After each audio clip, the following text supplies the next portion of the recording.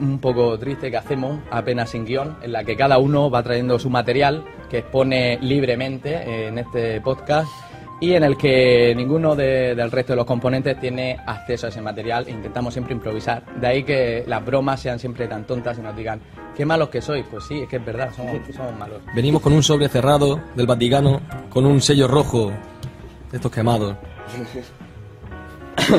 Sí, ese es Santi. Yo lo llevo así, no sé los demás lo que hacéis. Me voy a empezar a presentaros ya. Me veo raro aquí sin música, estoy acostumbrado a tener esa música de samba de fondo, pero voy a intentarlo. Bueno, samba. Bueno, samba. Bueno, ahora viene Aitor, que viene a tocar la guitarra. Va a venir Aitor, van a venir algunos especímenes nuevos, pero que en realidad son siempre ¿Sí? estos dos. Y voy a empezar a presentaros, siempre presento a Perdi el primero, en este caso no está, así que hola Santi. Hola Dani, hola Ike, hola a todo el mundo. Es un placer estar aquí. Un placerazo. Santi es un gran defensor del nudismo en misa.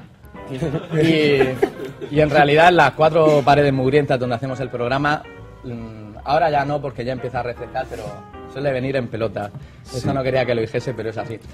Y... He venido los requisitos de las jornadas de podcast y ponía a ir vestido y digo, bueno, haré un esfuerzo. Pero sin ropa interior. Sin ropa interior. Aquí por supuesto me he quitado los pantalones, ya que no se ve, para ir más cómodo, pero bueno. Y el segundo hombre en discordia, no por ello el más importante, es nuestro técnico de sonido. Él es el encargado en teoría de apretar los botones y hacer que nuestras voces suenen como Constantino Romero. El piloto automático, que es lo único que hago. El piloto automático, porque es muy sencillo. Él es Ike, el hombre que ya habréis reconocido por su olor. Seguro. Me llaman el oloroso. Siempre nos estamos metiendo con él por el olor y... Hoy lo descubriréis. Eso nos llena de orgullo.